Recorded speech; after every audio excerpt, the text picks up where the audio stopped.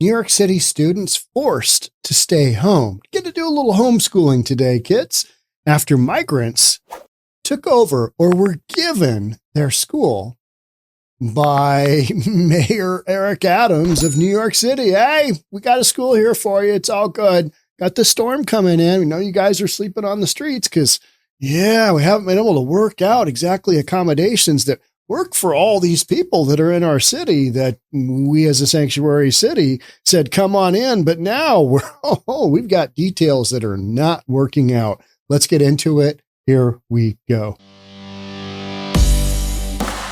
Watch a little video.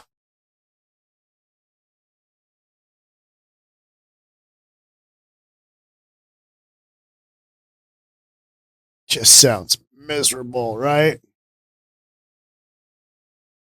There they are lining up. Go to school. What do you think those kids in New York City are feeling as illegal immigrants are taking their space? They got to go do home from homeschooling. I mean, priorities, right? It's like, hey, what are we doing here? What are we doing here? Well, it's pretty clear. This is what we're doing here. What message does this send? Let's watch another video real quick. This is once they get inside.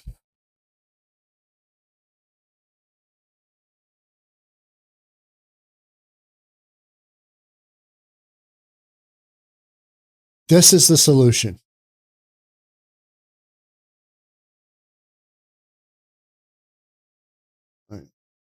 What a debacle. You're going to hear more and more of this. It's like, oh yeah, sorry kids, can't go to school today. Got to stay home. But those kids are probably like, oh, we don't have to go to school. Oh, hey, you migrants, you can stay, because they're not doing what kids are actually doing work at home, right? And then their parents are forced to stay with them. Got little kids. Hey, 5-year-old in kindergarten. Yeah, just work it out by yourself, at home. No can do. So these parents, think about the parents. I oftentimes, I realize I'm at that middle-aged stage where I don't think about parents with kids enough. I just don't, because I'm just like, I'm looking for grandkids, my kids are child is, he's 30 going on 31 here. I don't think about the whole kids with school thing, but he didn't come here for that. Brooklyn high school students were forced to learn remotely Wednesday as nearly 2,000 migrants used their gym as a storm shelter.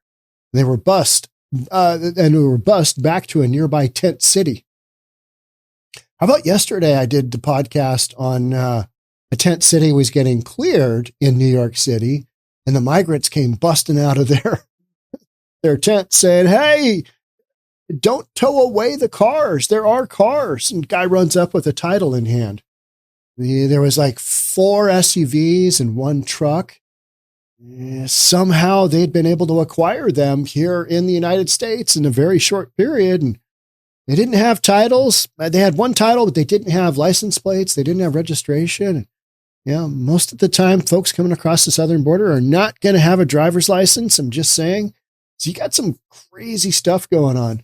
Concerns that torrential rains and powerful winds would collapse a massive migrant tent at Floyd Bennett Field led to the move Tuesday night. Could you imagine that discussion? All right, guys, it's not looking good. The tent we put up, we didn't exactly have it windproofed. We didn't have it engineered to beyond 35-mile-an-hour winds. It's just going to blow away, and all their stuff was going to blow away with it. You ever had a tent blow away? Yeah, it's annoying. Over at the Gorge in Eastern Washington, big winds come through. You go to a concert, go back, tents are all gone. That's not good. Though migrants had already been cleared out of James Madison High School at 4:30 a.m. Wednesday. They're just rocking people's worlds. That's what we're doing. The homeless in New York City, hey, that whole, housing for all thing, not so much. We're going to give your housing, we're going to give your shelter bed to the illegal immigrants because, that dastardly Greg Abbott from Texas, he's just sending people our way willy-nilly. There's shenanigans going on all day long. We just can't stop him. But all that Greg Abbott is doing is spreading the love and sending people to where they want to go on a very nice bus ride. And then they end up here, and this is the stuff they got to deal with, right? Because we don't have a secure border and we don't have a border policy in place that's working. So that's why I'm going to go down to Eagle Pass in Texas. And maybe by the time that you watch this, I will have already done that. We'll have a bunch of content on the channel. I just want to be able to go there and see it for myself and provide some content. So we'll see what I can get. I know I can't get that close to the border or where the real action is. I'm not going to get to look in like the 62 House of Representatives led by that whole thing was just a massive photo op, wasn't it? If you watched any of that footage. Despite their early departure of 4:30 a.m. from the gym, which a source described the post as madness, you got people who don't necessarily speak English. They're in a city they don't know. They're in New York City. They got bussed in from somewhere to spend the night. And then you're telling them to get up super early. And you saw a bunch of them had kids, right? So you don't think that's going to be madness? That's madness if that's your own school in your own backyard. That's just, what are we even doing? The school remained remote on Wednesday at the principal's request. Yeah, no coming into school, kids. Can't do that. The sheer number of workers needed to smoothly transport the 1,900 asylum seekers made the chaotic scene feel like a concert, the source added. What kind of concert? Is that a Taylor Swift or Iron Maiden? You pick, right? Maybe a little Judas Priest, maybe Guns N' Roses from back in the day. Appetite Tour. I saw them in Tacoma. It was frightening. There were fights all over. People were getting after it. Photos shared on social media platform X by Mayor Eric Adams appeared to show migrant families, including children, sleeping on the floor of the school's gymnasium. Okay. All right. I mean, I get it. But this is the kind of thing that you don't plan for when you just raise your hand up and say, sanctuary city, bring everybody our way. This is the kind of nuttiness. This is the kind of just insanity that happens. You can't really, plan for. All right. If we have a high wind situation here, I mean, and with the amount of illegal immigrants just pouring across the southern border, last month, 302,000 encounters. Love that word, right? It's along the lines of concerns. Well, we've had an encounter. You mean you had somebody that's not a U.S. citizen breach the border? That's now called an encounter. Well, it is what it is, right? 302,000. Man, I've been following the crossings at Eagle Pass, and I've been following the crossings at Lukeville every day. It is just incessant, right? At one point in time, we had close to 1,000 a day coming across Eagle Pass. Not 1,000, 10,000, 12,000. I mean, it's just insane, the numbers. As of basically 4:30, our temporary relocation of Floyd Bennett Field, HERRC, whatever that stands for, guests to the James Madison High School was completed, and all guests safely returned to Floyd Bennett Field, HERRC. The Office of Emergency Management wrote alongside the photos. This is a completely unsustainable scenario that these sanctuary cities have set themselves up for. I've been reading about Grundy County. It's in Illinois. It's just over an hour drive outside of Chicago. And I've been reading these stories, and in my mind, when I've been reading from them for you, I'm like, the mayor of that town, he sounds a little more like a Republican. And so I started to do kind of this deep dive, because he is basically saying, yeah, he's putting out signs on the exit off the interstate. Migrants not welcome here. And he's literally come out and said, migrants are not welcome here. And he has designated the entire Grundy County in Illinois not a sanctuary city. And I did a little research, and I didn't know. But comes to find out, they're an hour and 7 minutes, according to the Google machine drive outside of Chicago. You've got Grundy County, which is loaded with Republicans. Yeah, it's wild. I mean, I went through all of the political positions held in office there. There's like one reasonable Democrat, but it's all Republican. So even in Illinois, even though Illinois, like Washington, is so heavily Democrat, you've got these aberrations, right? And they're up front. They're saying, hey, we don't have the resources. And the reason I bring up this Grundy County is we don't have the resources to take care of these people the way that they need. These other counties, I mean, they're just insane for doing what they're doing because they can't take, Chicago can't take care of its own people as is. They just can't. They're completely incapable of providing everything they need. And so why don't we just bring on some thousands and thousands of illegal immigrants that don't speak English? I'm sure it'll all work out fine. I'm sure it'll be all good. It's that bleeding heart, not really looking at reality, going, hey, how's this going to go? Well, it's going to go like this disaster here. The migrants who were moved to the school around 5 p.m. Tuesday as a precaution against the storm that didn't really happen. Wah, wah, wah. It's just, you had some rain, but better safe than sorry. Okay. All right. So they were met with fierce backlash from some in the neighborhood. Rightfully so. My kids aren't going to school. How come? Because of what? Oh, yeah. No, we're going too far here. As a result, Assemblyman Michael Novikov, Republican from Brooklyn, called for a rally Wednesday morning outside the high school to protest the disruption of students' education. Assemblyman Michael, I'm with you. This shouldn't be happening. If you want to do that, don't disrupt the kids. It just sends a terrible message. Yeah, our own residents, you guys are low on the priority. We need to get these people. They're going to take over your high school. They're going to take over your school. They took over the gym, right? You couldn't have students there along with this going on because it's not really how this is supposed to go. A few parents staked out the school Tuesday as buses dropped off migrants, with one irate mother yelling, "How do you feel? Does it feel good?" You shouldn't be having this kind of just ridiculousness, right? I mean, I do not blame these people for wanting to make a better life for themselves, but you got to do it in such a way that there's order to how this whole process goes. And we've literally got millions of people in the United States that we don't have an effing clue what they're doing, what's going on, how things are going. We just don't. We're like, come back for your hearing in 2031. Should be all good. How does it feel that you kicked out all the kids out of school tomorrow? Well, it's not like the migrants asked for this, right? They just didn't. They're just like, oh, okay, got to go there. All right. They're clearing out there, where they are. These people are just getting bounced around.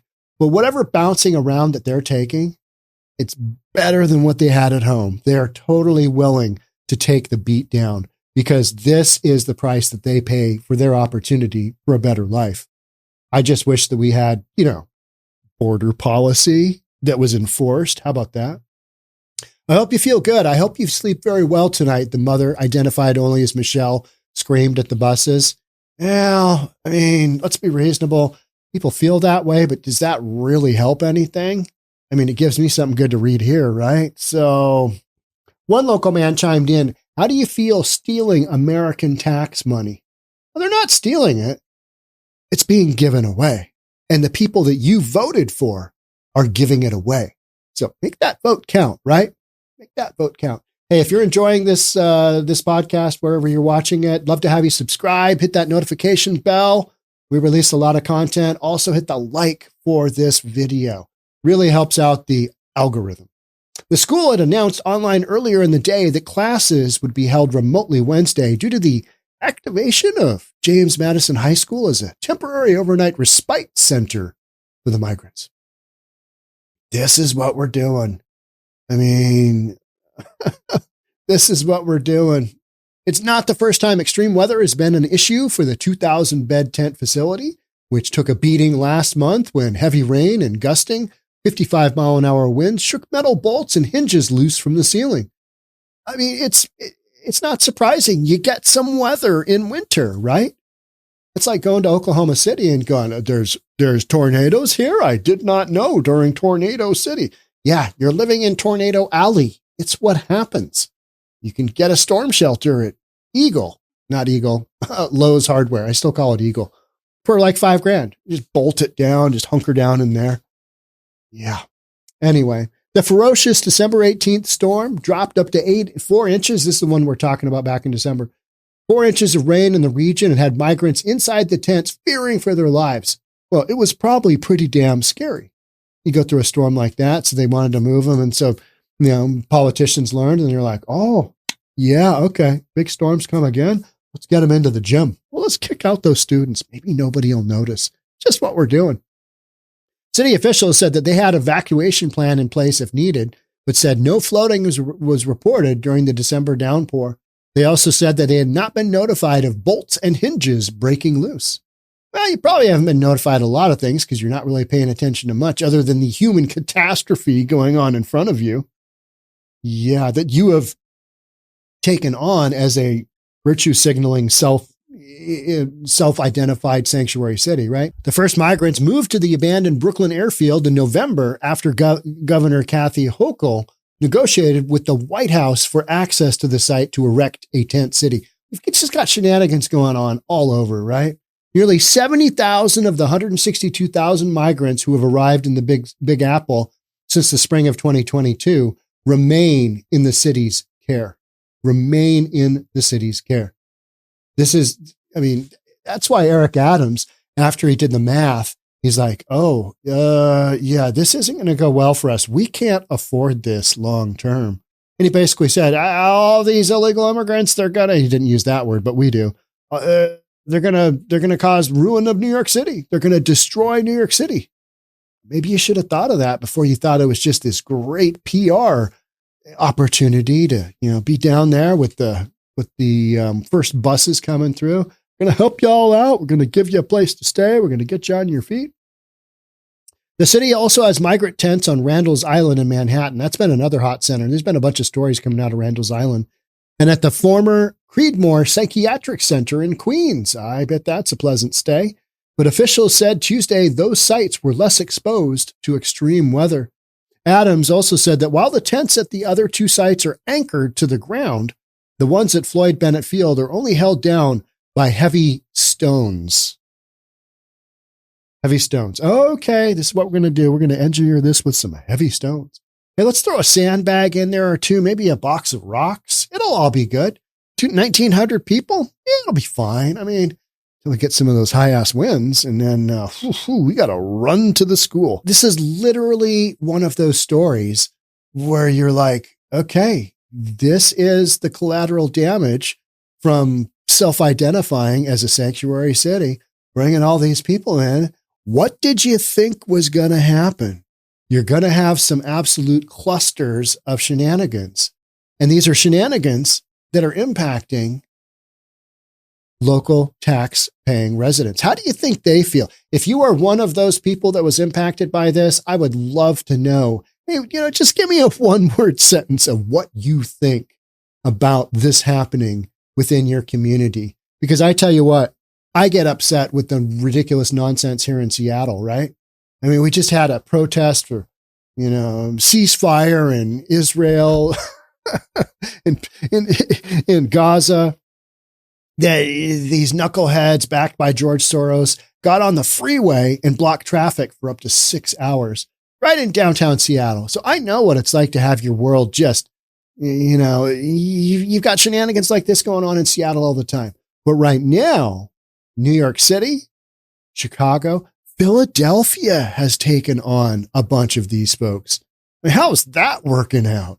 Denver, another hotbed, right? Yeah, they're just not getting to the West Coast. Everybody in the comments always says, send them to Portland, I'm sending them to Seattle. And if we weren't so damn far away, we'd have boatloads of them. We've got some here. Don't worry, they do make it here because they've got friends, family, community, whatever.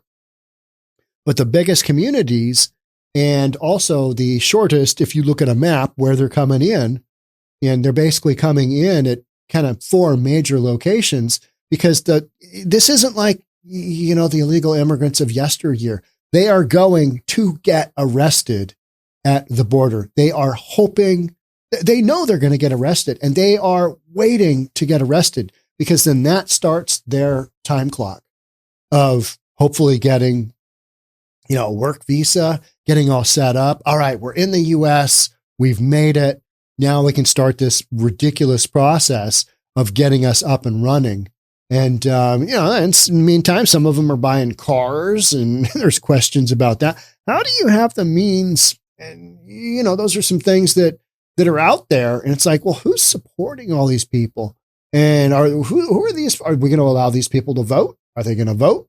Non-US citizens, you going to vote? Just so much craziness going on with these stories. But this is literally the collateral damage of sanctuary city, unbridled, policy. Bring them in. Oh yeah, we didn't stake that tent down. You know how when you get to the tent site and you look at your weather and you go, oh, well, it's not gale wind, so it should be fine. Just stick your sleeping bag and something else heavy in the corner and it'll be good, right? And then you got some other guy over there. He's got his hatchet out and he's just putting 14 stakes into each corner. He's taking the guy wire down and he's engineering his tent to, take an Armageddon blow. Not New York City. Got to move him to the high school or the school. Got to move him to the gym. Let's all have him sleep in the gym. 2,000 people, 1,900 people, one room. All right. That's all I got for you in this one. Thanks so much for being here. Catch up with you in the next one. Bye for now.